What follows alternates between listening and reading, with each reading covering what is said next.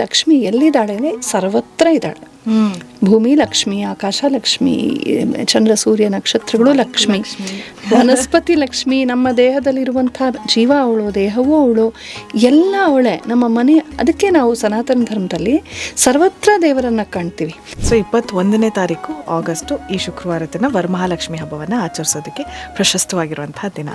ಈಗ ಕೆಲವಾರು ಜನ ಅವತ್ತಿನ ದಿನ ಹಬ್ಬವನ್ನು ಆಚರಿಸ್ಲಿಕ್ಕೆ ಆಗಲಿಲ್ಲ ಆ ಶುಕ್ರವಾರ ಅಂತ ಹೇಳಿದ್ರೆ ಸಾಕಷ್ಟು ಋತುಚಕ್ರದ ಒಂದು ಅದೇ ದಿನ ಆಗುವಂಥದ್ದಾಗಿರ್ಬೋದು. ಅಂದರೆ ಸಾಧಾರಣವಾಗಿ ಆ ಸಮಯದಲ್ಲಿ ಹಬ್ಬವನ್ನು ಆಚರಿಸ್ಲಿಕ್ಕೆ ಆಗಿಲ್ಲ ಅಂತ ಹೇಳಿದ್ರೆ ಮುಂದಿನ ಶುಕ್ರವಾರ ಆಚರಿಸ್ಬೋದಾ? ನೋಡಿ, ಯಾವತ್ತು ಪ್ರಕೃತಿಗೆ ವಿರುದ್ಧವಾಗಿ ಹೋಗಬಾರ್ದು.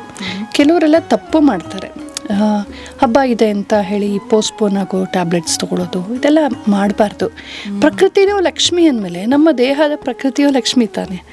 ಈಗ ವರಮಹಾಲಕ್ಷ್ಮಿ ಹಬ್ಬವನ್ನು ಮೊದಲನೇ ಬಾರಿಗೆ ಅವರು ಆಚರಿಸ್ತಿದ್ದಾರೆ ಅಂತ ಆದರೆ, ಅಥವಾ ಆಲ್ರೆಡಿ ಆಚರಿಸ್ತಿದ್ದಾರೆ, ಅವ್ರಿಗೆ ಗೊತ್ತಿದ್ದ ಹಾಗೆ ಆಚರಿಸ್ಕೊಂಡು ಹೋಗ್ತಾ ಇದ್ರು, ಆದರೆ ಶಾಸ್ತ್ರೋಕ್ತವಾಗಿ ಹೀಗೆ ಮಾಡಬೇಕು ಅಂತಿದ್ರೆ ಆ ಆಚರಣೆ ಹೇಗಿರುತ್ತೆ, ಏನು ಮಾಡಬೇಕು?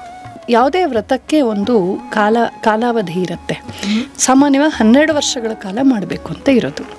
ಹಾಗೆ ಸುಮ್ಮನೆ ಅದಕ್ಕೆ ಅರ್ಶಿನ ಕುಂಕುಮ ಹಚ್ಚಿ, ಗಂಧ ಹಾಕಿ, ಸುಣ್ಣದಲ್ಲಿ ಅಲಂಕಾರ ಮಾಡಿ, ಸ್ವಸ್ತಿಕ ಶುಭ ಚಿಹ್ನೆಗಳನ್ನು ಮಾಡ್ಬೋದು. ಸೀರೆ ಉಡಿಸ್ಲೇಬೇಕು ಅಂತ ರೂಲ್ಸ್ ಏನಿಲ್ಲ. ಅಲಂಕಾರ ಎಲ್ಲ ನಮ್ಮ ಇಷ್ಟ. ಇನ್ನೊಬ್ಬರಿಗೆ ಕಣ್ಣೀರು ಬರೆಸಿ, ಮೋಸ ಮಾಡಿ, ಟೇಬಲ್ ಕೆಳಗೆ ವ್ಯವಹಾರ ಮಾಡಿ, ಲಂಚ ಹೊಡೆದು ಕೊಟ್ಟು ಈ ಥರ ಸಂಪಾದಿಸಿದ್ದು ಲಕ್ಷ್ಮಿ ಅಲ್ಲ. ಅದಕ್ಕೆ ಬೇರೆ ಹೆಸರಿದೆ, ಅದಕ್ಕೆ ಅಲಕ್ಷ್ಮಿ ಅಂತ ಹೆಸರು.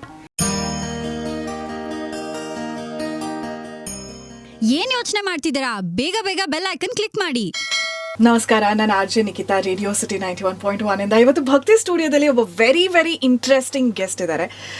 ಇಂಟ್ರೆಸ್ಟಿಂಗ್ ಅನ್ನೋಕ್ಕಿಂತ ಪ್ರತಿಯೊಬ್ಬರು ಕೂಡ ತಿಳ್ಕೊಳ್ಬೇಕಾಗಿರುವಂತಹ ಒಂದು ಜ್ಞಾನವನ್ನು ಪಸರಿಸ್ತಾ ಇರುವಂತಹ ಮಹಾನುಭಾವರು ಅಂತ ನನಗನ್ಸುತ್ತೆ. ಆ್ಯಂಡ್ ಹಬ್ಬ ಅಂತ ಹೇಳಿದಾಗ ಹಬ್ಬ 2 ಅಕ್ಷರದ ಪದ ಆಗಿದ್ರು ಕೂಡ ಅದು ತುಂಬ ಚಿಕ್ಕ ಪದ, ಈಸಿ ಅಂತ ಹೇಳ್ಬಿಡ್ತೀವಿ. ಆದರೆ ಅದರ ಪ್ರಿಪ್ರೇಷನ್ ಇದೆಯಲ್ಲ, ಸಾಕಷ್ಟಿರುತ್ತೆ, ಬೆಟ್ಟದಷ್ಟಿರುತ್ತೆ.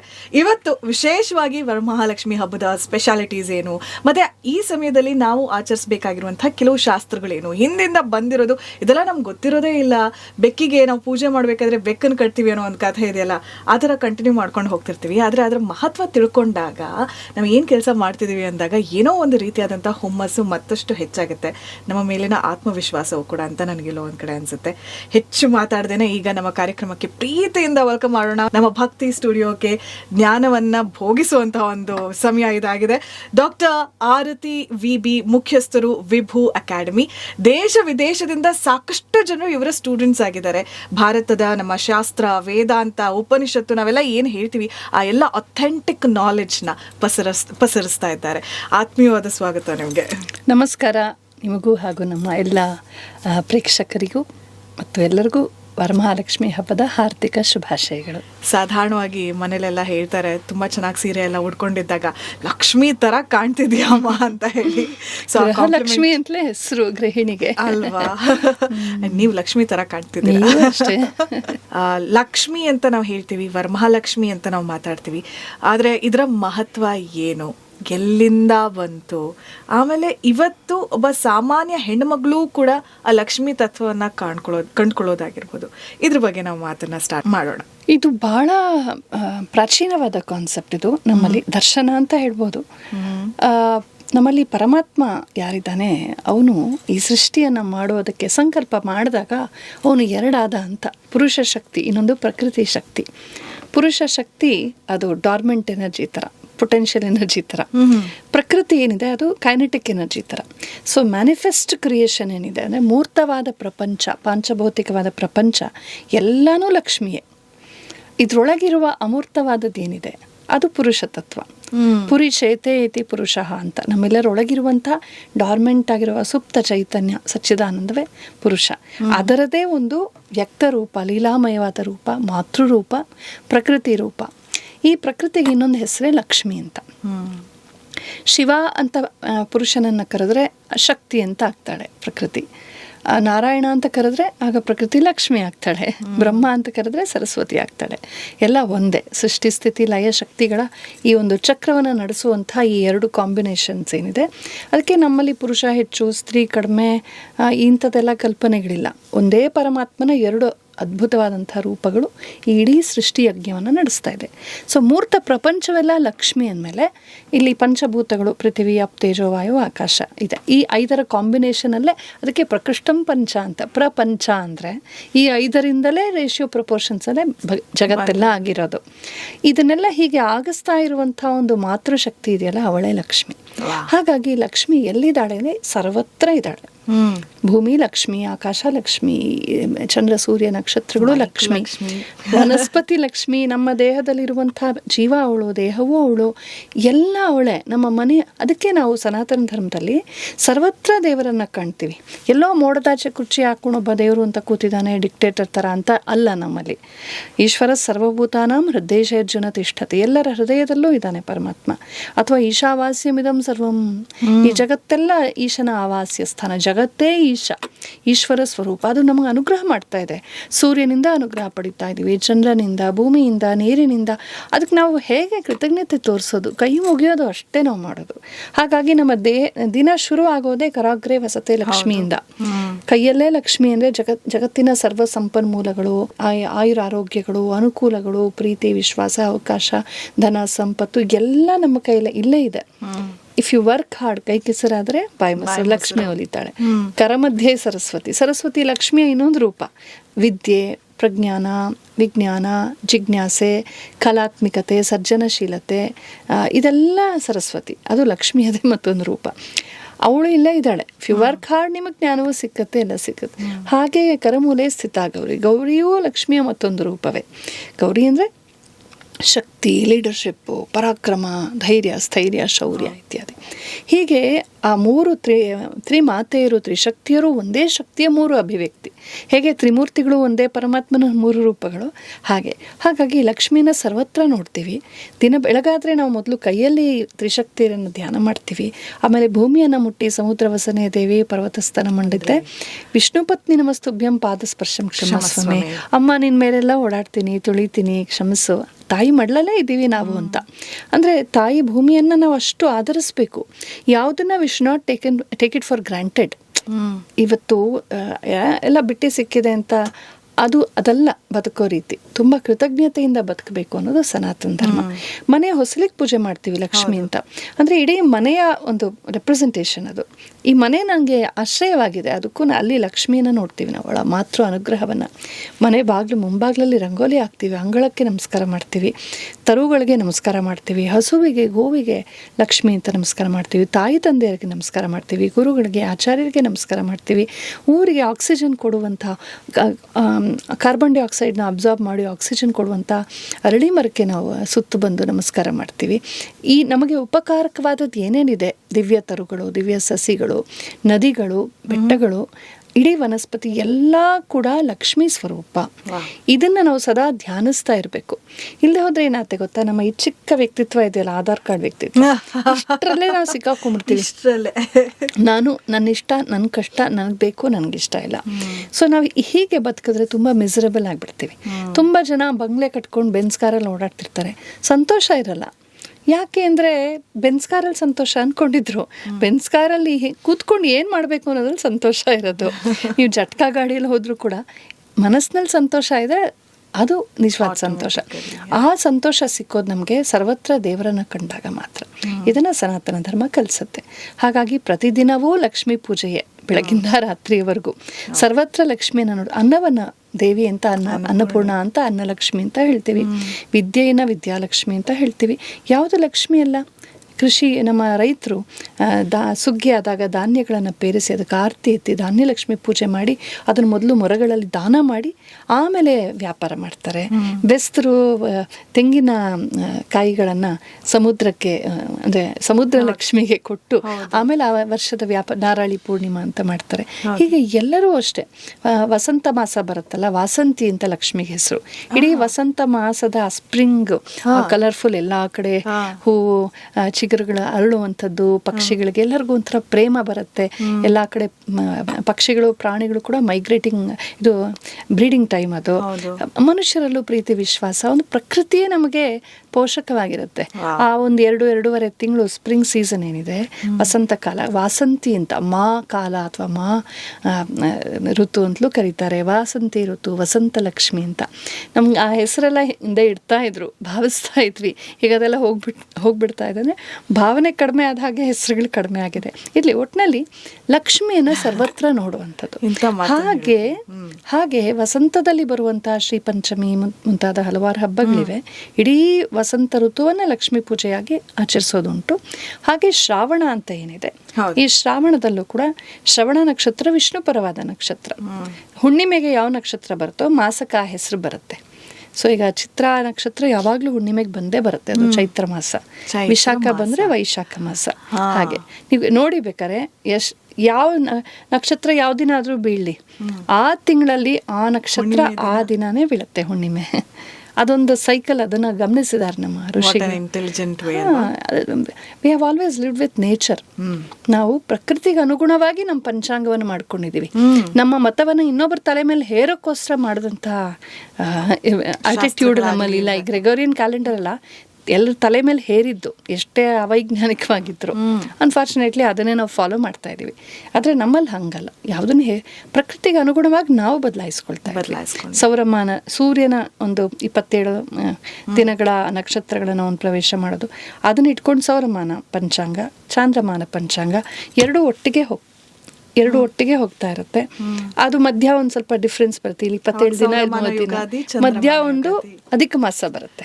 Fill up that gap. Almost ಒಂದ್ 2.5-3 ವರ್ಷಕ್ಕೊಂದ್ಸಲ ಈ ವರ್ಷ ಬಂದಿತ್ತು. ಹಾಗೆ ಎಷ್ಟು ಚೆನ್ನಾಗಿದೆ ನೋಡಿ. ಅಂದ್ರೆ we go only with nature. ಏಕೆಂದ್ರೆ ಪ್ರಕೃತಿ ಲಕ್ಷ್ಮಿ. ಇಲ್ಲೊಂದು ಬ್ಯೂಟಿ ಏನು ಅಂತ ಹೇಳಿದ್ರೆ, ಸೂರ್ಯ ಸಿದ್ಧಾಂತ ಅಥವಾ ಚಂದ್ರ ಸಿದ್ಧಾಂತ ಇಟ್ಕೊಂಡಾಗ್ಲೂ ಕೂಡ ಎರಡು ಕೂಡ ಇಲ್ಲ, ನಾನೇ ಸರಿ ಅಂತ ಆಗ್ಲಿಲ್ಲ. ಆಯ್ತಲ್ಲ, ನೀವು ನಿಮ್ಮ ದಾರಿ ಕೋ ಎಕ್ಸಿಸ್ಟೆಡ್. ನೋಡಿ, ಈಗ ಕರಾವಳಿ ಈ ಕಡೆ ಸೌತ್ ಅಂಡ್ ಇದು east and west coast of India, ಅಲ್ಲೆಲ್ಲ ನಿಮಗೆ ಸೌರಮಾನ ಜಾಸ್ತಿ ಫಾಲೋ ಮಾಡ್ತಾರೆ. ಗುಜರಾತು, ಮಹಾರಾಷ್ಟ್ರ, ಮತ್ತೆ ಈ ಕರಾವಳಿಯ ಕಡೆ ಕೇರಳ, ಆಮೇಲೆ ತಮಿಳುನಾಡು, ಬಂಗಾಳ, ಒಡಿಶಾ ಅಲ್ಲೆಲ್ಲ. ಯಾಕೆಂದ್ರೆ ಅಲ್ಲಿ ಸೂರ್ಯನ ಅವಲೋಕನ ಸುಲಭ, ಸಮುದ್ರ ತೀರದವ್ರಿಗೆ. ಇನ್ಲ್ಯಾಂಡ್ಸ್ ಅಲ್ಲಿ ಇದೀವಲ್ಲ ಮಧ್ಯದಲ್ಲಿ, ನಾವೆಲ್ಲ ಚಾಂದ್ರಮಾನ ಜಾಸ್ತಿ ಬಳಸ್ತೀವಿ. ಸೊ ಅಂದ್ರೆ ಒಬ್ಬ ಮನುಷ್ಯ ಇದನ್ನೆಲ್ಲ ಕ್ರಿಯೇಟ್ ಮಾಡ್ಬೇಕಾದ್ರೆ ಅವ್ನ ಪ್ರಕೃತಿ ಜೊತೆಗಿದ್ದು ಏನ್ ಅವನಿಗೆ ಗೋಚರ ಚೆನ್ನಾಗಿ ಆಗ್ತಿತ್ತು ಅದ್ರ ಮೇಲ್ಗಡೆ. ನಮ್ಮ ಪಂಚಾಂಗವಾಗ್ಲಿ, ನಮ್ಮ ಐಡೆಂಟಿಟಿ ಕೂಡ, ರಾಜ್ಯಗಳ ಬೌಂಡ್ರೀಸ್ ಕೂಡ ಈ ನದಿಯಿಂದ ಈ ನದಿಗೆ, ಈ ಬೆಟ್ಟದಿಂದ ಈ ಬೆಟ್ಟಕ್ಕೆ, ಈ ಕಾಡಿನಿಂದ ಈ ಕಾಡಿಗೆ ಅಂತಲೇ ಮಾಡ್ತಾ ಇದ್ರು. ಎಲ್ಲ ಅದಕ್ಕೆ ಅನುಗುಣವಾಗಿ ಮನೆಯಲ್ಲಿ ಗಂಗಾ, ಯಮುನಾ, ಕಾವೇರಿ ಹೆಸರಿಡ್ತಾ ಇದ್ರು, ಬೆಟ್ಟಗಳ ಹೆಸರಿಡ್ತಾ ಇದ್ರು. ಅಂದ್ರೆ ಇಡೀ ಪ್ರಕೃತಿ ಲಕ್ಷ್ಮಿ. ಆ ಲಕ್ಷ್ಮಿಯ ಮಡಿಲಲ್ಲಿ ಮಗುವಂತೆ ನಾನಿದ್ದೀನಿ, ಅದನ್ನು ಗೌರವಿಸ್ಬೇಕು, ಅಪವ್ಯಯ ಮಾಡಬಾರ್ದು, ಎಚ್ಚರದಿಂದ ಬಳಸಬೇಕು. ಇಂತಹ ದೃಷ್ಟಿಕೋನಗಳನ್ನು ನೀವು ಆ್ಯಕ್ಚುಲಿ ತಿಳಿಸ್ಕೊಟ್ಟಿದ್ದೀರಿ. ಲಕ್ಷ್ಮಿ ಅಂತ ಹೇಳಿದ್ರೆ ಎಷ್ಟೋ ಜನರಿಗೆ ಹಣ ಲಕ್ಷ್ಮಿ ಅಷ್ಟೇ, ಲಕ್ಷ್ಮಿ ಚಂಚಲೆ ಅಂತ ಹೇಳ್ತೀವಿ. ಯಾಕಂದರೆ ಹಣ ಯಾವತ್ತೂ ನಮ್ಮ ಕೈಯಲ್ಲಿ ಇರೋದಿಲ್ಲ ಅನ್ನೋ ಒಂದು ಅರ್ಥ. ಅಂದರೆ ಬಂದು ಹೋಗ್ತಿರ್ತಾಳೆ, ಒಂದೇ ಕಡೆ ನೆಲೆಸೋದಿಲ್ಲ. ಹಣಕ್ಕೆ ಯಾವಾಗಲೂ ಕೂಡ ನೋಡ್ತಿರ್ತೀವಿ, ಆದರೆ ಅದನ್ನು ಮೀರಿರುವಂಥ ಎಷ್ಟೊಂದು ವಿಷಯಗಳಿದೆ ಅಂತ ಹೇಳ್ಬಿಟ್ಟು ಗೊತ್ತಾಗ್ತಾ ಇದೆ. ನೋಡಿ, ಹಣನೂ ಲಕ್ಷ್ಮಿನೇ. ಧರ್ಮದಿಂದ ಸಂಪಾದಿಸಿದ ಹಣ ಆಗ್ಬೋದು. ಹಣ ಅನ್ನೋದು ಇವಾಗ ಬಂದಿರೋದು, ಮೊದಲೆಲ್ಲ ಬಾರ್ಟರ್ ಸಿಸ್ಟಮ್ ಇರ್ತಾ ಇತ್ತು. ಒಟ್ಟಿನಲ್ಲಿ ನಮಗೆ ಏನು ಬೇಕೋ ಧನ ಧಾನ್ಯ ಸಂಪತ್ತುಗಳು, ಅನುಕೂಲಗಳು. ಹಿಂದೆ ಗೋಧನ, ಕ್ಯಾಟಲ್ಲು, ಅದನ್ನೇ ಧನ ಅಂತ ಹೇಳ್ತಿದ್ರು. ಇಷ್ಟು ಭೂಮಿ ಇದ್ರೆ ಅದೇ ಧನ ಅಂತ ಹೇಳ್ತಿದ್ರು. ಈಗ ಬ್ಯಾಂಕಲ್ಲಿ ಎಷ್ಟಿಟ್ಟಿದ್ವೋ ಅದು ಅಂತ. ಕೆಲವ್ರಿಗೆ ಮುಚ್ಚಿಟ್ಟಿರೋದು, ಬ್ಯಾಂಕ್ ಗೊತ್ತಾಗದೆ ಮುಚ್ಚಿಟ್ಟಿರೋದು ಲಕ್ಷ್ಮಿ ಅಂದ್ಕೊಳ್ತಾರೆ. ಆದ್ರೆ ಕಾನ್ಸೆಪ್ಟ್ ಏನಪ್ಪಾ ಅಂದ್ರೆ, ಧರ್ಮದಿಂದ ಸಂಪಾದಿಸೋದು. ವಾಟ್ ಕಮ್ಸ್ ಟು ಮೀ ಡಿಸರ್ವಿಂಗ್ಲಿ, ನಾನು ಯಾವುದಕ್ಕೆ ಕಷ್ಟಪಟ್ಟು ಸಂಪಾದಿಸ್ತೀನೋ. ಅನ್ನ ತಿನ್ನುವಂದು ಕೇಳ, ಅದನ್ನು ಬೇಯಿಸಿದ ನೀರು ನಿನ್ನ, ದುಡಿತದ ಬೆಮರೋ ಪೆರರ ಕಣ್ಣೀರೋ ಅಂತ DVG ಹೇಳ್ತಾರೆ. ಇನ್ನೊಬ್ಬರಿಗೆ ಕಣ್ಣೀರು ಬರ್ಸಿ, ಮೋಸ ಮಾಡಿ, ಟೇಬಲ್ ಕೆಳಗೆ ವ್ಯವಹಾರ ಮಾಡಿ, ಲಂಚ ಹೊಡೆದು ಕೊಟ್ಟು ಈ ಥರ ಸಂಪಾದಿಸಿದ್ದು ಲಕ್ಷ್ಮಿ ಅಲ್ಲ. ಅದಕ್ಕೆ ಬೇರೆ ಹೆಸರಿದೆ, ಅದಕ್ಕೆ ಅಲಕ್ಷ್ಮಿ ಅಂತ ಹೆಸರು. ಕನ್ನಡದಲ್ಲಿ ನಾವು ಈ ಕಡೆ ದಕ್ಷಿಣ ಭಾರತದಲ್ಲಿ ಮೂದೇವಿ ಅಂತ ಕರಿತೀವಿ ಅದನ್ನು. ಅದು ಲಕ್ಷ್ಮಿಗೆ ವಿರುದ್ಧವಾದ ಇನ್ನೊಂದು ದೇವತೆ. ಅವಳು ನಮಗೆ ಮನೆಯಲ್ಲಿ ಕಲಹ, ಅಶಾಂತಿ, ದುಃಖ, ದುಗುಡ, ಆಮೇಲೆ ರೋಗ, ಕಾಯಿಲೆ ತರಿಸ್ತಾಳೆ. ಆ ಹಣವನ್ನು ಪಡೆದಂಥವ್ರು ನೆಮ್ಮದಿಯಿಂದ ಮಲ್ಕೊಳಕ್ಕಾಗೋದಿಲ್ಲ. ಎಲ್ಲಿ ಮುಚ್ಚಿಡ್ಲಿ, ಇನ್ಕಮ್ ಟ್ಯಾಕ್ಸ್ ಗೊತ್ತಾಗದೆ ಹೇಳಿ ಏನು ಮಾಡಲಿ ಅಂತ ಯೋಚನೆ ಮಾಡ್ಕೊಂಡಿರ್ಬೇಕಾಗತ್ತೆ. ಹೊರನೋಟಕ್ಕೆ ಬಂಗ್ಲಾ ಕಟ್ಕೊಂಡಿರ್ಬೋದು, 1 ಕೋಟಿ ರೂಪಾಯಿ ಹಾಸಿಗೆ ಮೇಲೆ ಮಲ್ಕೊಂಡಿರ್ಬೋದು, ನಿದ್ರೆ ಕ್ವಾಲಿಟಿ ಹೆಂಗಿದೆ ಅನ್ನೋದು ದೊಡ್ಡ ಪ್ರಶ್ನೆ ಚಿಹ್ನೆ ಆಗುತ್ತೆ. ಹಾಗಾಗಿ ಅಲಕ್ಷ್ಮಿ ಅಲ್ಲ, ಶ್ರೀ ಸೂಕ್ತದಲ್ಲಿ ಅಲಕ್ಷ್ಮಿಯನ್ನು ಹೋಗಲಾಡಿಸಿ ಅವಳನ್ನು ಜ್ಯೇಷ್ಠಾದೇವಿ, ಮೂದೇವಿ ಅಂತೆಲ್ಲ ಕರೀತಾರೆ, ಅಲಕ್ಷ್ಮೀ ದೇವಿ ಅಂತ ಕರೀತಾರೆ. ಆ ಅಲಕ್ಷ್ಮಿ ಅನ್ನೋಳು ಶ್ರೀಲಕ್ಷ್ಮಿಯ ಅಕ್ಕ ಅಂತೆ. ಸೊ ಆ ಪ್ರಾರ್ಥನೆ ಬರುತ್ತೆ ಶ್ರೀ ಸೂಕ್ತದಲ್ಲಿ, ಅಮ್ಮ ಅಲಕ್ಷ್ಮಿಯನ್ನು ಹೋಗಲಾಡಿಸಿ ನೀನು ಬಾ ಅಂತ. ನಮ್ಮ ಮನೆಯಲ್ಲಿ ಜಿಡ್ಡು ಪದಾರ್ಥಗಳು, ಹಾಲು, ಬೆಣ್ಣೆ, ಮೊಸರು, ತುಪ್ಪ ಅವುಗಳನ್ನು ತೆಗೆದುಕೊಂಬ, ಗೋಧನ, ಭೂತನ, ಸಂತೋಷ, ಆರೋಗ್ಯ, ಐಶ್ವರ್ಯ, ಕ್ಷುತ್ಪಿಪ, ಸಾಮಲಾಂ, ಜ್ಯೇಷ್ಠಾಮ, ಲಕ್ಷ್ಮೀಂ ನಾಶಾಯಾಮ್ಯಹಂ ಅಂದರೆ ಹಸಿವು, ಬಾಯಾರಿಕೆ, ದುಃಖ, ದುಗುಡ, ಕೋಪ, ಕಲಹ, ನೆಗೆಟಿವಿಟಿ ಏನಿದೆ ಇದೆಲ್ಲ ಲಕ್ಷ್ಮಿಯು ತೊಲಗಿ ಸಂತೋಷ, ಸಮೃದ್ಧಿ, ಸಂಪತ್ತು ಅದು ನಮ್ಮ ಮನೆಗೆ ಬರಲಿ. ಆ ಸಂತೋಷ ಸಂಪತ್ತನ್ನು ಹಂಚ್ಕೋಬೇಕು ಜೊತೆಗೆ. ಅದಕ್ಕೆ ನಾವು ಹಬ್ಬ ಅಂತಂದರೆ ಪ್ರತಿದಿನ ನಾವೇ ಮಾಡ್ಕೊಂಡು ನಾವೇ ತಿಂತೀವಿ, ಮಿಕ್ಕರೆ ಫ್ರಿಡ್ಜಲ್ಲಿ ಇಡ್ತೀವಿ, ಈ ಥರ ಬಂದುಬಿಟ್ಟಿದೆ. ಆದರೆ ಪ್ರತಿದಿನವೂ ಒಂದಲ್ಲ ಒಂದು ರೀತಿ ಅತಿಥಿ ಸತ್ಕಾರ ಮಾಡೋದು ಸನಾತನ ಧರ್ಮ. ಈಗ ಬೆಂಗಳೂರಿನ ಜೀವನದಲ್ಲಿ, ನಾಗರಿಕ ಜೀವನದಲ್ಲಿ, ಮೆಕಾಲೆ ಸಿಸ್ಟಮಲ್ಲಿ ಅದೆಲ್ಲ ಮರ್ತು ಬಿಡ್ತೀವಿ. Me, main, I don't care ಅಂತ. ಬಟ್ ಐ ಡೂ ಕೇರ್ ಅಂತ ಹೇಳಬೇಕು. ನಾವು ಎಲ್ಲರ ಜೊತೆ ಬದುಕಬೇಕು. ಹಬ್ಬ ಬಂದು ಏನು ಮಾಡುತ್ತೆ ಅಂದರೆ, ನಾನು ನನ್ನದು ಅನ್ನೋದನ್ನ ಸ್ವಲ್ಪ ಡೈಲ್ಯೂಟ್ ಮಾಡುತ್ತೆ. ಹಬ್ಬದ ದಿನ ನಾವೊಬ್ಬರೇ ಮಾಡ್ಕೊಂಡು ತಿನ್ನಲ್ಲ, ಚೆನ್ನಾಗಿ ದೇವ್ರಿಗೆ ಅಲಂಕಾರ ಮಾಡಿದ್ಮೇಲೆ ಯಾರದ್ದು ಬಂದು ನೋಡ್ಲಿ ಅಂತ ಇಷ್ಟ ಆಗತ್ತಾ? ಬಂಧು ಮಿತ್ರರನ್ನ ಕರಿತೀವಿ. ನಾವೇ ನಮ್ಮನೆ ಪಾಯಸ ನಾವೇ ತಿಂತೀವ, ಯಾರೋ 4 ಜನಕ್ಕೆ ಕೊಡ್ತೀವಿ, ಅಕ್ಕಪಕ್ಕದವ್ರನ್ನ ಕರೆದು ತಾಂಬೂಲ ಕೊಡ್ತೀವಿ, ದಕ್ಷಿಣೆ ಕೊಡ್ತೀವಿ. ಸೊ ನಮ್ಮ ಪ್ರೀತಿ, ವಿಶ್ವಾಸ ನಾವು ಚೆನ್ನಾಗದ. ಇಲ್ಲದ್ರೆ ಅದೇ ಬೋರಿಂಗ್ ಒಂದು ಬರ್ಮುಡ ಹಾಕ್ಕೊಂಡು ಹೆಂಗೋ ಇರೋದು ಬಂದ್ಬಿಟ್ಟಿದೆ.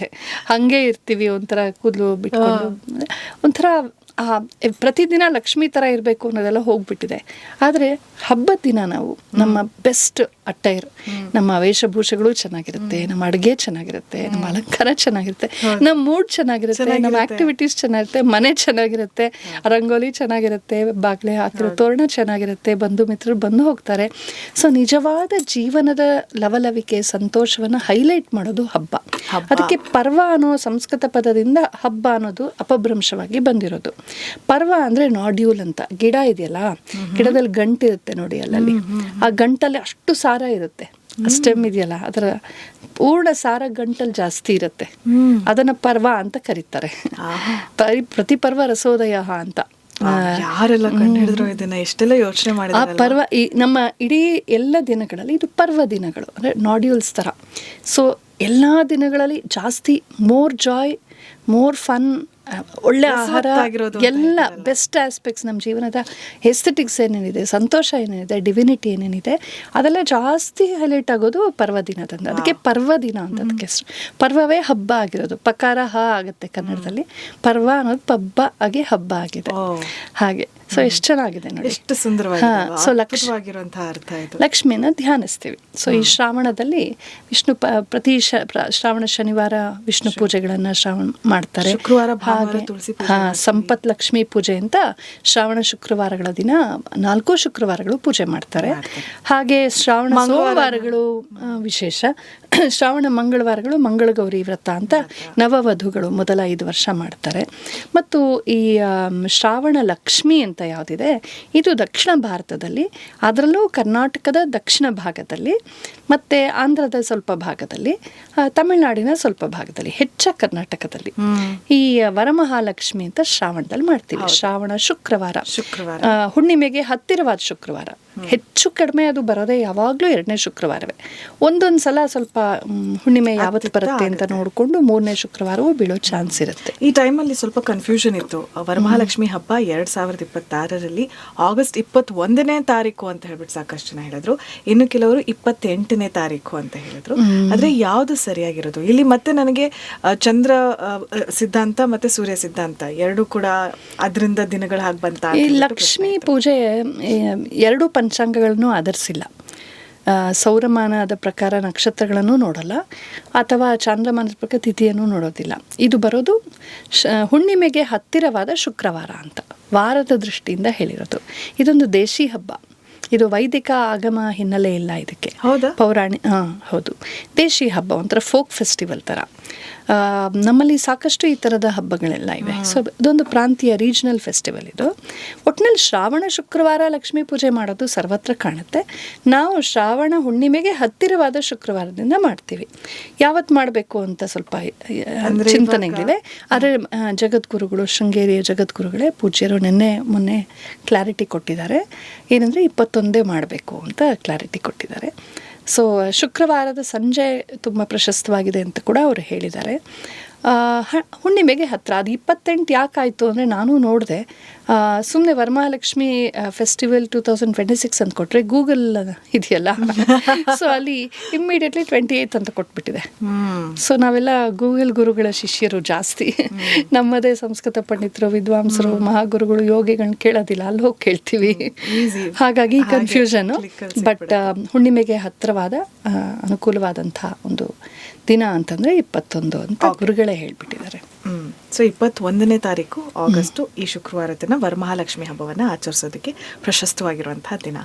ಈಗ ಕೆಲವಾರು ಜನ ಅವತ್ತಿನ ದಿನ ಹಬ್ಬವನ್ನು ಆಚರಿಸ್ಲಿಕ್ಕೆ ಆಗಲಿಲ್ಲ ಆ ಶುಕ್ರವಾರ ಅಂತ ಹೇಳಿದ್ರೆ ಸಾಕಷ್ಟು ಋತುಚಕ್ರದ ಒಂದು ಅದೇ ದಿನ ಆಗುವಂಥದ್ದಾಗಿರ್ಬೋದು. ಅಂದರೆ ಸಾಧಾರಣವಾಗಿ ಆ ಸಮಯದಲ್ಲಿ ಹಬ್ಬವನ್ನು ಆಚರಿಸ್ಲಿಕ್ಕೆ ಆಗಿಲ್ಲ ಅಂತ ಹೇಳಿದ್ರೆ ಮುಂದಿನ ಶುಕ್ರವಾರ ಆಚರಿಸ್ಬೋದಾ?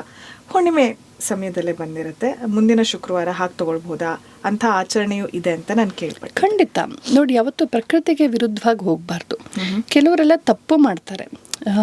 ಹಬ್ಬ ಇದೆ ಅಂತ ಹೇಳಿ ಪೋಸ್ಟ್ಪೋನ್ ಆಗೋ ಟ್ಯಾಬ್ಲೆಟ್ಸ್ ತಗೊಳ್ಳೋದು, ಇದೆಲ್ಲ ಮಾಡಬಾರ್ದು. ಪ್ರಕೃತಿನೂ ಲಕ್ಷ್ಮಿ ಅಂದಮೇಲೆ ನಮ್ಮ ದೇಹದ ಪ್ರಕೃತಿಯೂ ಲಕ್ಷ್ಮಿ ತಾನೆ. ಮತ್ತೆ ಋತುಚಕ್ರ ಅನ್ನೋದು ಯಾವ ಪಾಪವಲ್ವಲ್ಲ, ಅದು ಸಹಜ. ಅದು ಸ್ತ್ರೀತ್ವದ ಒಂದು ಲಕ್ಷಣ. ಅದನ್ನು ಗೌರವಿಸ್ಬೇಕು ನಾವು. ಸೊ ಸುಮ್ಮನೆ ಈ ಥರ ಟ್ಯಾಬ್ಲೆಟ್ಸ್ ತಗೊಳ್ಳೋದು, ಮುಂದೆ ಹಾಕೋದು, ಅದು ಒಳ್ಳೇದಲ್ಲ. ಅದು ಆಗ್ಲಿಲ್ವಾ, ಚಿಂತೆ ಇಲ್ಲ, ಅಂತರಂಗದಲ್ಲಿ ಧ್ಯಾನ ಮಾಡಿದ್ರಾಯ್ತು. ಮನಸ್ಸಿಗೆ ಯಾವ ಶುಚಿ ಇಲ್ಲವಲ್ಲ, ಮನದಲ್ಲಿ ಭಗವಂತನ ಧ್ಯಾನ ಮಾಡೋಕ್ಕೇನು ತೊಂದರೆ ಇಲ್ಲ.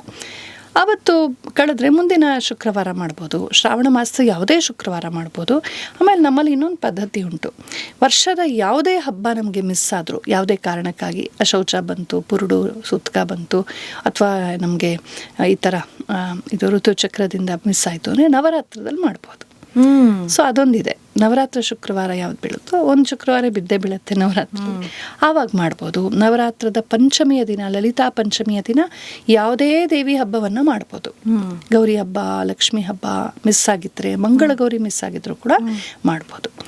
ಹಬ್ಬ ಮಾಡಬೇಕು ಅಂತ ಪೋಸ್ಟ್ಪೋನ್ಮೆಂಟ್ ಟ್ಯಾಬ್ಲೆಟ್ ತಗೊಳ್ಳೋದು, ಅದೆಲ್ಲ ಇಟ್ ಇಸ್ ನಾಟ್ ಗುಡ್. ಲಕ್ಷ್ಮಿಯಾಗೆ ನಾವು ಇದು ಮಾಡ್ದಂಗೆ, ಅವಳ ಪ್ರಕೃತಿ ಅವಳೇ ಅಲ್ವಾ.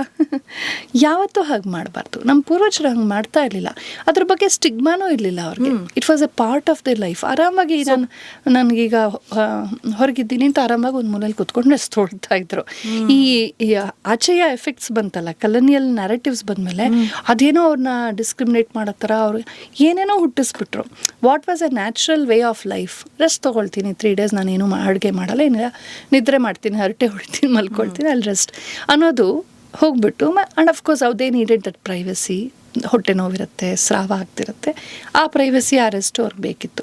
ಅದಕ್ಕೆ ಏನೇನೋ ಕತೆ ಕಟ್ಟಿ ಇವಾಗ ಏನಾಗುತ್ತೆ, ಆ ಟೈಮಲ್ಲಿ ಓಡಾಡೋದು, ಆಫೀಸ್ಗೆ ಹೋಗೋದು, ಕೆಲಸ ಮಾಡೋದ್ರಿಂದ ಸ್ಟ್ರೈನ್ ಜಾಸ್ತಿ ಆಗುತ್ತೆ ದೇಹಕ್ಕೆ. ಸ್ವಲ್ಪ ದೇಹದ ಟೆಂಪ್ರೇಚರ್ ಕೆಲವ್ರಿಗೆ ಜಾಸ್ತಿ ಇರುತ್ತೆ, ಸ್ವಲ್ಪ ಕಣ್ಕತ್ಲೆ ಬರುತ್ತೆ, ಕೆಲವ್ರಿಗೆ ನೋವು ಬರುತ್ತೆ. ಸೊ ಪ್ರಕೃತಿಗೆ ನಾವು ನಂಗೊಂದಿಷ್ಟು ಇಂಗ್ಲೀಷ್ ಬಂದ್ಬಿಟ್ಟಿದೆ, ನಾನೇನೋ ಕೆಲಸ ಮಾಡಿದ ತಕ್ಷಣ we are not out of ನೇಚರ್ನ ನಾವು ಯಾವತ್ತು ರೆಸ್ಪೆಕ್ಟ್ ಮಾಡಬೇಕು. ಯಾವುದೇ ಪ್ರಕೃತಿಗೆ ವಿರುದ್ಧವಾಗಿ ಮಾಡಬಾರ್ದು ನಾವು. ರೈಟ್. ಇವಾಗ ಅಂದರೆ ನಿಮ್ಗೆ ಇವಾಗ ಋತುಚಕ್ರ ಏನಾದರೂ ಅದೇ ಸಮಯದಲ್ಲಿದ್ದರೂ ಕೂಡ ಹಬ್ಬವನ್ನು ಸಾಧಾರಣವಾಗಿ ಆಚರಿಸೋದಿಲ್ಲ. ಆದರೆ ನಾವು ಆಚರಿಸಬಹುದಾ? ಅಂದರೆ ಈಗ ಋತುಚಕ್ರ ನಡೀತಾ ಇದ್ರು ಕೂಡ ಹೆಣ್ಣು ಮಕ್ಕಳು ಪೂಜೆಯನ್ನು ಮಾಡ್ಬೋದಾ? ಇದ್ರ ಬಗ್ಗೆ ನೀವೇನು ಹೇಳಕ್ಕೆ ಇಷ್ಟ? ನೋಡಿ, ಪೂಜೆ ಅಂತಂದ ತಕ್ಷಣ ಅದಕ್ಕೆ ಕೆಲವು ರೂಲ್ಸ್ ಇರುತ್ತೆ. ತ್ರಿಕರಣ ಶುದ್ಧಿಯನ್ನು ಪಾಲಿಸಬೇಕು ಅಂತ. ದೇಹ, ಮಾತು ಮತ್ತು ಮನಸ್ಸು, ತ್ರಿಕರಣ ಶುದ್ಧಿ, ಕಾಯೇನ ವಾಚ ಮನಸ್ಸ ಶುದ್ಧವಾಗಿ ಮಾಡಬೇಕು ಅಂತ ಇದೆ. ದೇಹ ಶುದ್ಧಿ ಇರಲ್ಲ ಆ ಟೈಮಲ್ಲಿ. ಇಲ್ಲದೆ ಇರುವಾಗ, ಈಗ ನಂಗೆ ವಾಮಿಟ್ ಆಗ್ತಾ ಇದೆ, ಲೂಸ್ ಮೋಷನ್ ಆಗ್ತಿದೆ, ಜ್ವರ ಬಂದಿದೆ, ಅಥವಾ ಈ ಥರ ಋತುಸ್ರಾವ ಆಗಿದೆ, ಆವಾಗ ನಮ್ಗೆ ಬೇಕಿರೋದು ರೆಸ್ಟು. ಬಲವಂತವಾಗಿ ಮಾಡೋದು ಅಂದ್ರೆ ಪೂಜೆ ಉದ್ದೇಶ ಮನಸ್ಸಿನಲ್ಲಿ ಮಾಡಿಪ್ಪ. ಮನಸ್ಸಿನಲ್ಲಿ ಲಕ್ಷ್ಮಿಯನ್ನು ಧ್ಯಾನ ಮಾಡಿ, ಯಾರು ಬೇಡ ಅಂದ್ರು. ಅಂತರಂಗದಲ್ಲಿ ನಮ್ಗೆ ಯಾವುದೂ ಇಲ್ಲ. ಆದರೆ ಬಹಿರಂಗದಲ್ಲಿ ದೇಹ ಶುದ್ಧವಾಗಿರ್ಬೇಕು ತಾನೆ. ಈಗ ಓಟಿ ಒಳಗೆ ನಾನು ಹಂಗೆ ಹೋಗ್ತೀನಿ ಅಂದರೆ ಬಿಡ್ತಾರಾ ಹಾಸ್ಪಿಟ್ಲಲ್ಲಿ? ಬೇರೆ ಚಪ್ಪಲಿ ಹಾಕ್ಕೋಬೇಕು, ಬೇರೆ ಡ್ರೆಸ್ ಹಾಕ್ಕೋಬೇಕು, ಮಾಸ್ಕ್ ಹಾಕ್ಕೋಬೇಕು, ತಲೆ ಮೇಲೆ ಕ್ಯಾಪ್ ಹಾಕ್ಕೋಬೇಕು, ಗ್ಲೌಸ್ ಹಾಕ್ಕೋಬೇಕು, ಏನು ಮುಟ್ಟಕ್ಕೆ ಬಿಡೋದು. It's a very sterile place. ಹಂಗಿದ್ರೆ ಮಾತ್ರ ಅದಕ್ಕೆ ಅಷ್ಟೇ ಪವಿತ್ರವಾಗಿ ನಾವು ದೇವ್ರ ಮನೆ ನೋಡ್ತಾ ಇದ್ವಿ. ಒಂದು ಓಟಿನ ಎಷ್ಟು ಸ್ಟೆರೈಲ್ ಆಗಿ ಕ್ಲೀನಾಗಿ ಇಡ್ತಾರೋ ನಮ್ಮ ದೇವ್ರ ಮನೆ ಅಂದರೆ ಹಾಗೆ. ಅಲ್ಲಿ ಆಚಮನಕ್ಕೆ ಪೂಜೆಗೆ ಬಳಸೋದಕ್ಕೆ ಮಡಿ ನೀರು ಒಂದು ಸಪ್ರೇಟ್ ಹಾಕಿಡ್ತಾ ಇದ್ರು. ಸ್ನಾನ ಮಾಡಿದವ್ರು ಹೊರತು ಬೇರೆ ಯಾರೂ ಒಳಗೆ ಹೋಗ್ತಾ ಇರಲಿಲ್ಲ. ಒಬ್ಬರೇ ಅರ್ಚಕರು ಪೂಜೆ ಮಾಡೋರು, ಮಿಕ್ಕವ್ರು ಏನಿದ್ರು ನಾವು ಭಗವಂತ ಎಲ್ರಿಗೂ ಅನುಗ್ರಹ ಮಾಡ್ತಾನೆ. ನಾವು ಆವತ್ತು ಪೂಜೆ ಮಾಡಲಿಲ್ಲ ಅಂದ ತಕ್ಷಣ ಲಕ್ಷ್ಮಿ ಅನುಗ್ರಹ ಕಡಿಮೆ ಆಗಿಬಿಡುತ್ತೆ ಅಂತ ಏನಿಲ್ಲ.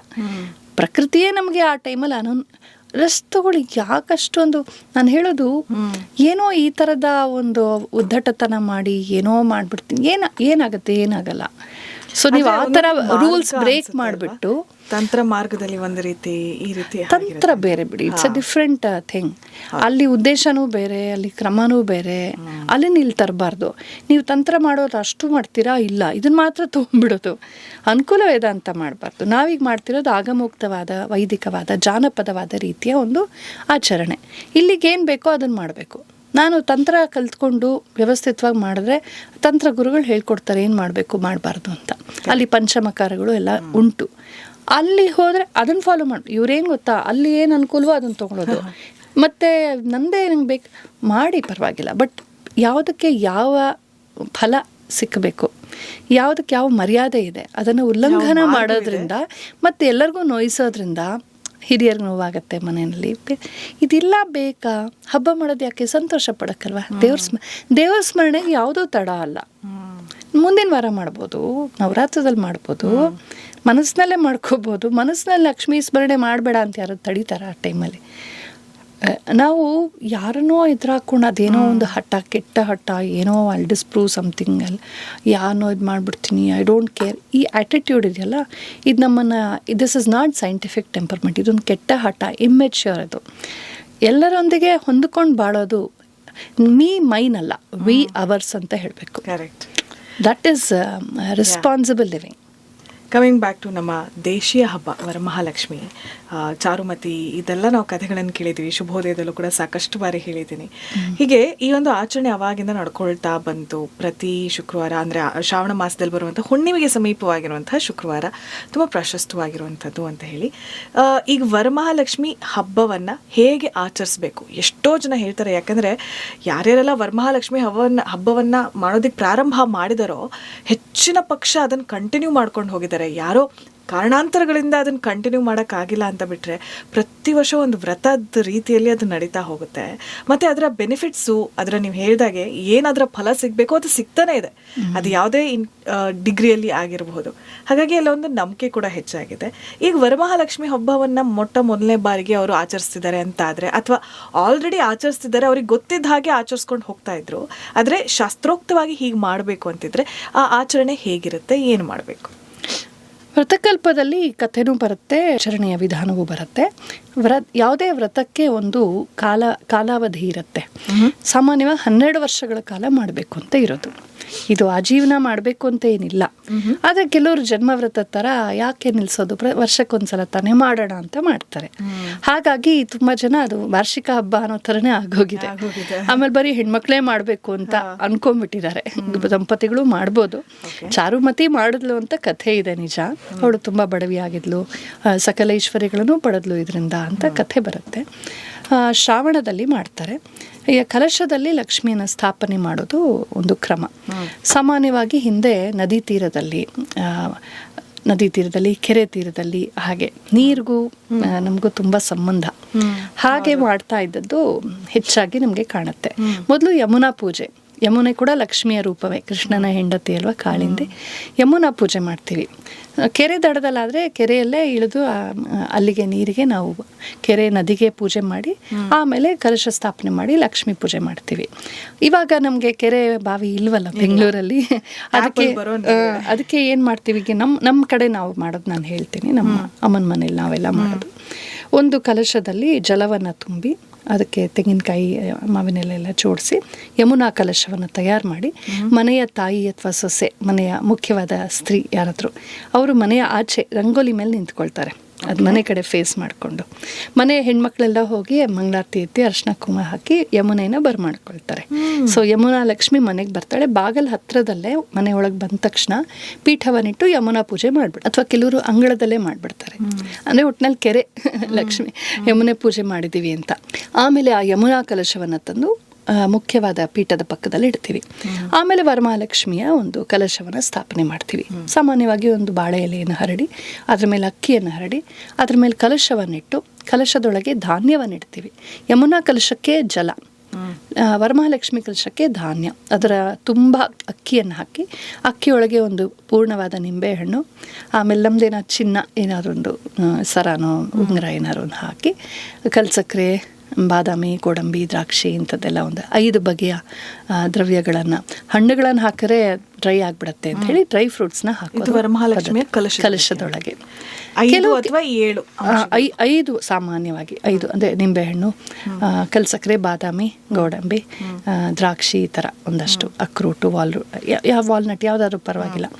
5 ದ್ರವ್ಯಗಳನ್ನು ಅದರ ಅಕ್ಕಿಯೊಳಗೆ ಹಾಕಿಬಿಟ್ಟು ಒಂದು ಉಂಗುರನೋ ಏನೋ ಚೈನೋ ಏನೋ ಹಾಕಿಬಿಟ್ಟು ಅದ್ರ ಮೇಲೆ ನಾವು ಅದಕ್ಕೆ ಸೀರೆ ಉಡಿಸ್ಬೋದು, ಅಥವಾ ಸುಮ್ಮನೆ ಹಾಗೆ ಸುಮ್ಮನೆ ಅದಕ್ಕೆ ಅರ್ಶಿನ ಕುಂಕುಮ ಹಚ್ಚಿ ಗಂಧ ಹಾಕಿ ಸುಣ್ಣದಲ್ಲಿ ಅಲಂಕಾರ ಮಾಡಿ ಸ್ವಸ್ತಿಕ ಶುಭ ಚಿಹ್ನೆಗಳನ್ನು ಮಾಡ್ಬೋದು. ಸೀರೆ ಉಡಿಸ್ಲೇಬೇಕು ಅಂತ ರೂಲ್ಸ್ ಏನಿಲ್ಲ. ಅಲಂಕಾರ ಎಲ್ಲ ನಮ್ಮ ಇಷ್ಟ. ಮುಖವಾಡನೂ ಬೇಕು ಅಂತ ಏನೂ ಇಲ್ಲ, ಎಲ್ಲ ನಮ್ಮ ಇಷ್ಟ ಅಷ್ಟೇ.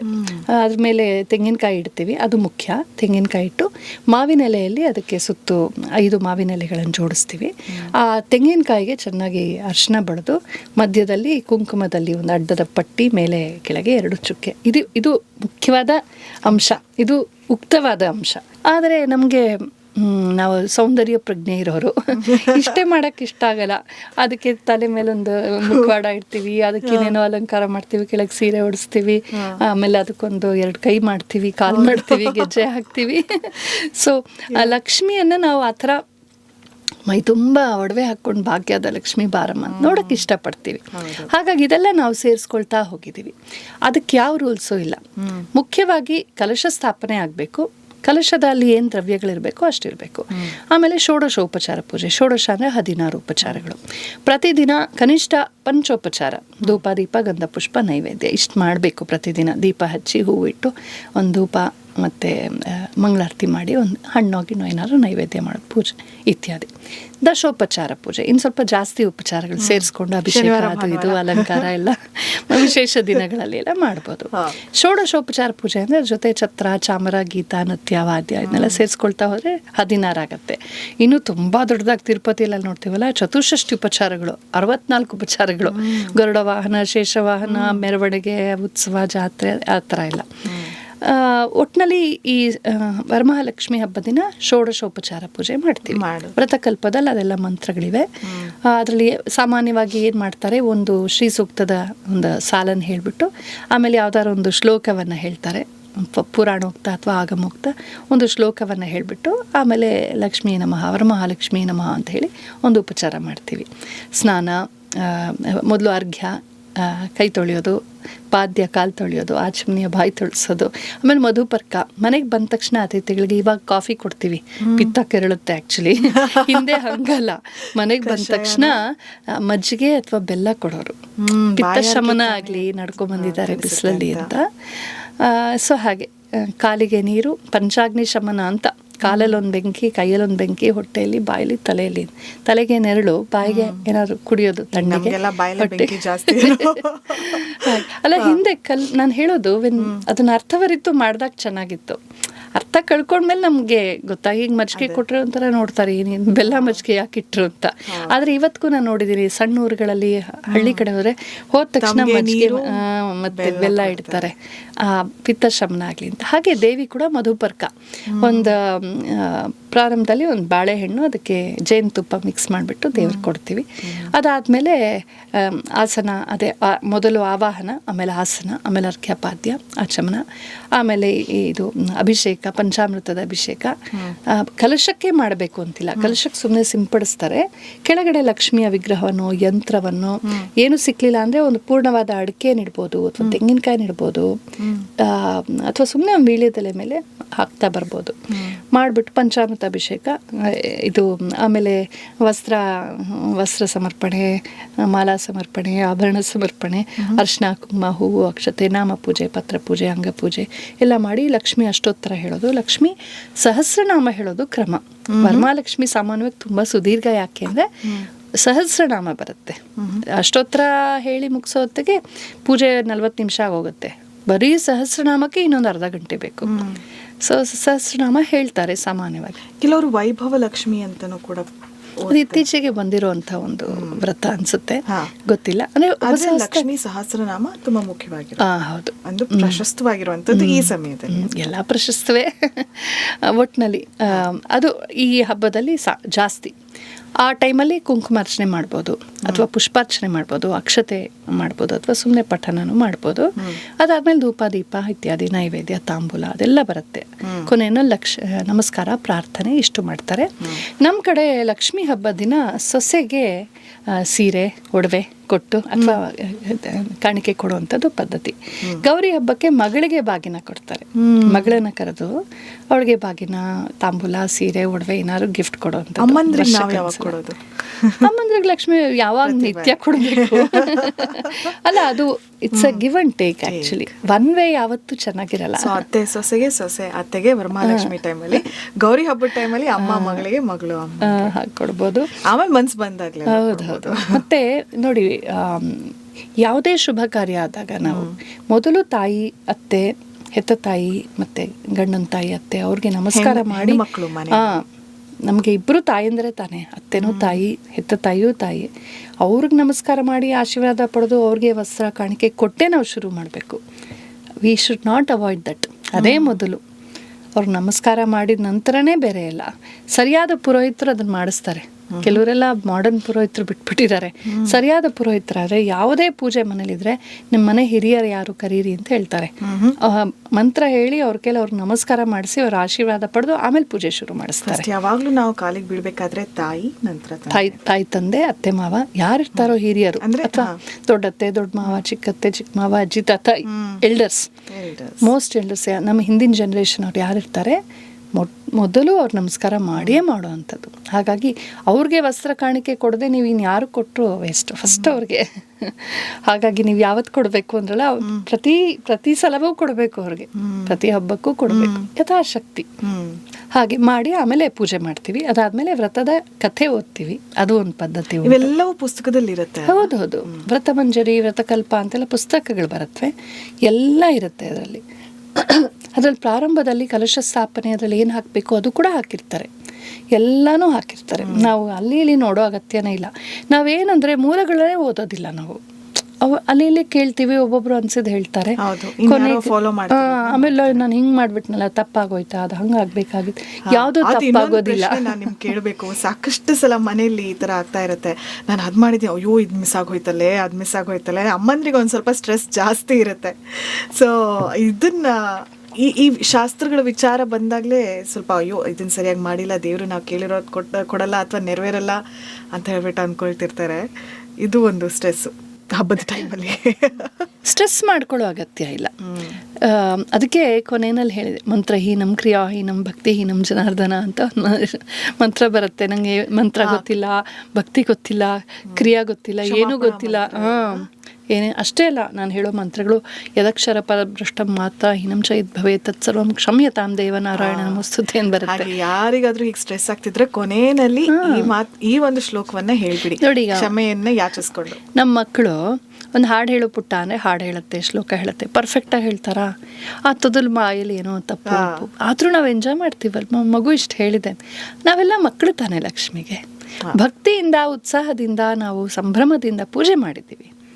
ಭಾವಗ್ರಾಹಿ ಜನಾರ್ದನ ಅಂತ ಭಾವವನ್ನು ಗ್ರಹಿಸ್ತಾಳೆ. ಏನೋ ಒಂದು ಲೋಪ ಆಯಿತು, ಮರ್ತೋಯ್ತು, ಹಾಗೆ ಅಂತ ಲೋಪ ಮಾಡಬೇಕು ಅಂತಲ್ಲ, ಅಲ್ಲ, ಮನಸ್ಸಿಟ್ಟು ಭಕ್ತಿಯಿಂದ, ಪ್ರೀತಿಯಿಂದ, ಶ್ರದ್ಧೆಯಿಂದ ತಿಳ್ಕೊಂಡು ಮಾಡಬೇಕು. ಅದಕ್ಕೆ ಹಿರಿಯರನ್ನು ಕೇಳಬೇಕು. ಇಷ್ಟು ನಾನು ಹೇಳಿದ್ಮೇಲೂ ನಾನೇನು ಹೇಳ್ತೀನಿ ಅಂದರೆ, ನಾನು ಹೇಳೋದಕ್ಕೆ ಹಿಂಗೆ ಮಾಡಬೇಕು ಅಂತ ಹೇಳಲ್ಲ. ನನ್ನ ಪೂರ್ವಜರು ಮಾಡಿದ್ದನ್ನು ನಾನು ಮಾಡ್ತಾ ಇದ್ದೀನಿ. ನಿಮ್ಮ ಅಜ್ಜಿನ ಕೇಳಿ, ನಿಮ್ಮ ಹಳ್ಳಿಗೆ ಹೋಗಿ, ನಿಮ್ಮ ಅಜ್ಜಿ ಮುತ್ತಜ್ಜಿ, ನಿಮ್ಮ ಹಿರಿಯರು ಮನೇಲಿ ಸೋದರತೆ ಯಾರೋ ಇರ್ತಾರಲ್ಲ, ಅಮ್ಮ, ಅವರು ಅವ್ರನ್ನ ಕೇಳಿ ನಮ್ದಲ್ಲಿ ಹೆಂಗೆ ಮಾಡ್ತಾ ಇದ್ರು ಆ ಥರ ಮಾಡಿ. ಒಂದು ನಮ್ಮ ಎಥನಿಸಿಟಿ ಅಲ್ವಾ, ಅದು ನಮ್ಮ ಐಡೆಂಟಿಟಿ ಅಲ್ವಾ. ಎಲ್ಲರೂ ಒಂದೇ ಥರ ಮಾಡಬೇಕು ಅಂತಿಲ್ಲ. ಸನಾತನ ಧರ್ಮದಲ್ಲಿ ಸ್ಟ್ಯಾಂಡರ್ಡೈಸೇಷನ್ ಇಲ್ಲ. ಆಚೆಯಿಂದ ಬಂದವರು ನಮ್ಮ ಮೇಲೆ ತುಂಬ ಸ್ಟ್ಯಾಂಡರ್ಡೈಸೇಷನ್ ಎಲ್ಲ ಒಂದೇ ಥರ ಇರ್ಬೇಕು, ಹಾಗಾಗೋದಿಲ್ಲ. ಗುಲಾಬಿ ಹೂ ಒಂಥರ ಚೆನ್ನ, ಮಲ್ಲಿಗೆ ಹೂ ಒಂಥರ ಚೆನ್ನ, ತಾವ್ರ ಇದು ಹಿಂಗೆ ಎಲ್ಲ ಒಂದೇ ಥರ ಎದ್ಬಿಡ್ಬೇಕು ಅಂದ್ರೆ ಜಗತ್ತು ಬೋರಿಂಗ್ ಆಗೋದು. ಅದಕ್ಕೆ ನೋಡಿ ನಮ್ಮಲ್ಲಿ ಸೂರ್ಯಮಾನ ಮತ್ತೆ ಚಂದ್ರಮಾನ ಎರಡೂ ಕೂಡ ಎಷ್ಟು ಬ್ಯೂಟಿಫುಲಿ ಹೌದು. ಎಲ್ಲಾನು ಪ್ರಕೃತಿ ವೈವಿಧ್ಯಮಯವಾದದ್ದು. ನಾವು ಹಾಗೆ ಲೋಕೋ ಭಿನ್ನ ರುಚಿ. ಒಬ್ಬೊಬ್ಬರು ಅಭಿರುಚಿ ಒಂಥರ. ನೀವು ಗಣಪತಿ ನೋಡೋಕ್ಕೆ ಮನೆಗೆ ಹೋಗಿ ಅಥವಾ ವರಮಹಾಲಕ್ಷ್ಮಿ ನೋಡೋಕೆ ಮನೆಗೆ ಹೋಗಿ, ಒಬ್ರು ಮನೇಲಿ ದಾಪಕ್ಕೆ ಅಲಂಕಾರ ಮಾಡ್ತಾರೆ, ಒಬ್ರು ಸಣ್ಣಗೆ ಮಾಡ್ತಾರೆ, ಒಬ್ರು ಸಿಂಪಲಾಗಿ ಮಾಡ್ತಾರೆ, ಒಬ್ರು ಗ್ರ್ಯಾಂಡಾಗಿ ಮಾಡಿರ್ತಾರೆ, ಒಬ್ರು ಮಾಡರ್ನ್ ಆಗೇನೋ ಲೈಟ್ಸ್ ಹಾಕಿರ್ತಾರೆ, ಇನ್ನೊಬ್ರು ತುಂಬ ಟ್ರೆಡಿಷ್ನಲ್ ಆಗಿ ಮಾಡಿರ್ತಾರೆ. ಅವರವರ ಭಾವಭಕ್ತಿಗೆ ಭಾವ ಭಕ್ತಿ, ಅವರ ಎಸ್ಥೆಟಿಕ್ಸು, ಅವರ ಅನುಕೂಲ ಅದೆಲ್ಲ ನೋಡಬೇಕು. ಎಲ್ಲ ಕೆಲವರು ಚಿನ್ನ ಬೆಳ್ಳಿಯಲ್ಲೇ ತುಂಬಿರ್ತಾರೆ, ಕೆಲವರು ತಾಮ್ರದ್ದೇ ಇಟ್ಟಿರ್ತಾರೆ, ಕೆಲವು ಇಟ್ಸ್ ಅವರ ಅನುಕೂಲ, ಅವರ ಅಗತ್ಯ, ಅವರ ಒಂದು ಟೇಸ್ಟು ಎಲ್ಲಾನು ಸೇರುತ್ತೆ. ಇವಾಗ ಲಕ್ಷ್ಮಿನೇ. ಇಂತಹ ಹೆಚ್ಚಿನ ಕಾಂಟೆಂಟ್ಗಳಿಗೆ ಸಬ್ಸ್ಕ್ರೈಬ್ ಆಗಿ radio city Kannada YouTube channel. ಏನ್ ಯೋಚನೆ ಮಾಡ್ತಿದ್ದೀರಾ? ಬೇಗ ಬೇಗ ಬೆಲ್ ಐಕನ್ ಕ್ಲಿಕ್ ಮಾಡಿ.